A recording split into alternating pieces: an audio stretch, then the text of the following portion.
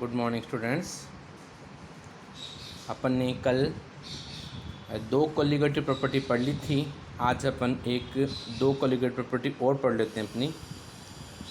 Third देखिए, decreasing in freezing point. Freezing point का मतलब होता है ऐसा कोई पॉइंट जिस पर कोई भी लिक्विड जमना स्टार्ट हो जाता है, फ्रीज होना स्टार्ट हो जाता है, फ्रीजिंग पॉइंट के नाम से जानते हैं।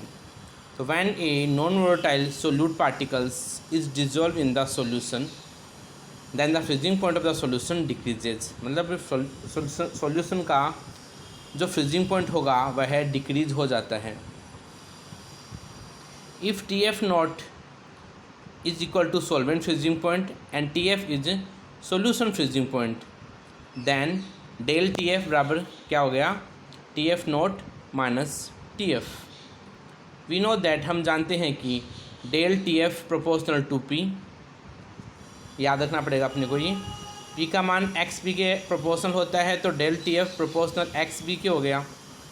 डेल टी एफ अगर प्रोपोर्शनल का साइन हटाएंगे तो के आएगा, तो के एक्स बी हो जाएगा। Del T F K X B का मान N B upon N A plus N B हो जाएगा। वही जो पीछे अपन पढ़ते आ रहे हैं, कुछ नया नहीं है। और डेल टी एफ का मान K W B upon M B, W A upon M A plus W B upon M B के मान के बराबर हो जाता है। अगर W A upon M A का मान W B upon M B के मान से ज़्यादा हो तो ये मान क्या हो जाएगा, नेग्लिजिबल। तो del T F K W B upon M B divide by W A upon M ए।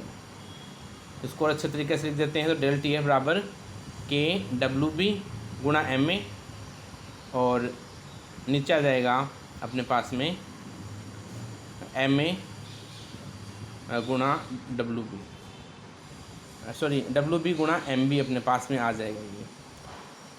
ठीक है, तो ये अपन कह सकते हैं कि डेल टी एफ का मान K M A W B upon W A M B के मान के बराबर हो गया। तो del T F W B upon W A M B का मान स्मॉल एम के मान के बराबर होता है मोलरिटी के अकॉर्डिंग। तो डेल टी एफ का मान जो है वो किस बराबर आ गया, के एफ एम के मान के ये बराबर हो जाता है, क्योंकि के एम ए जो है वो के एफ के मान से जाना जाएगा। तो ये के और एम ए का जो मान है ये है के एफ के मान के बराबर हो गया। तो डेल टी एफ का मान के एफ एम के मान के बराबर हो जाता है।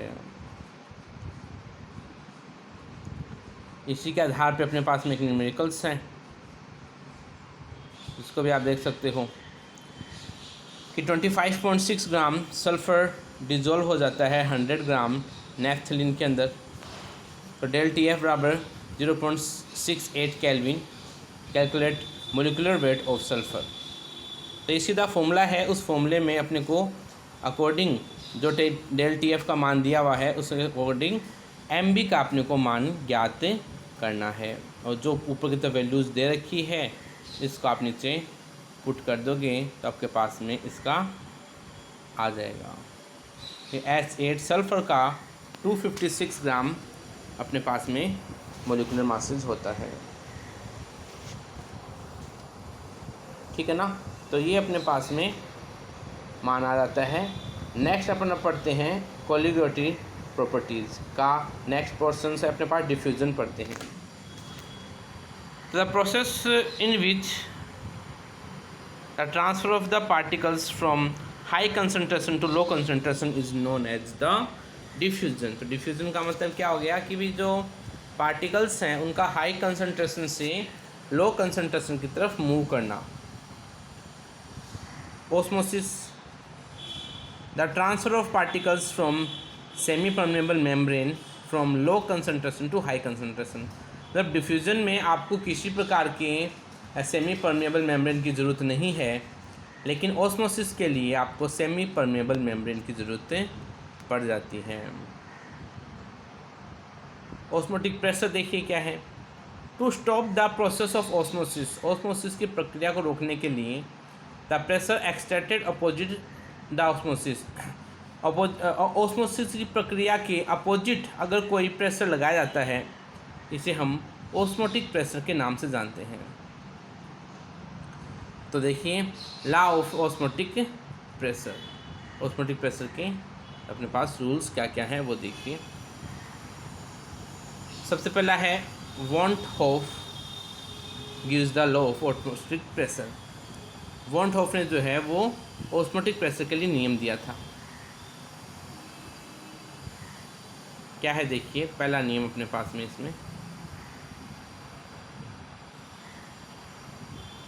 Van't Hoff Boyle's law. According to the law, this law, the osmosis is proportional to its concentration at the constant temperature. तो जो ऑस्मोटिक प्रेशर है पाई, इसका मान कंसंट्रेशन के मान के बराबर हो गया। और कंसंट्रेशन को अपन 1/V भी लिख सकते हैं। Van't Hoff pressure temperature law देखिए क्या है। According to this law the constant concentration the osmotic pressure is proportional to the temperature. तो पाई प्रोपोर्शनल टू टी। तो इन दोनों रूल्स को मिला दिया जाए 1/V और टी वाले को, तो पाई प्रोपोर्शनल हो गया T/V। अब प्रोपोर्शनल का साइन को हटाएंगे तो अपने पास S आ जाएगा।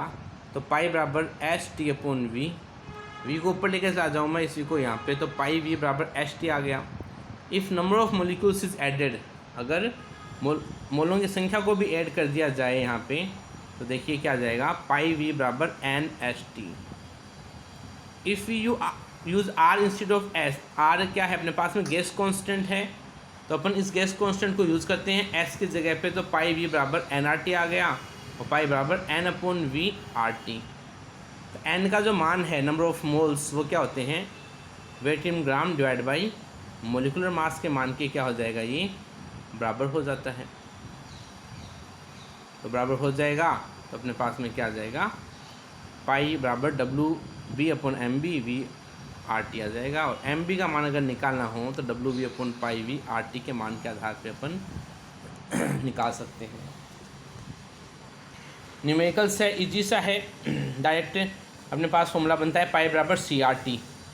C मतलब कंसंट्रेशन, 1/V की जगह अगर मैं C लिखता हूँ तो पाई बराबर CRT आ गया।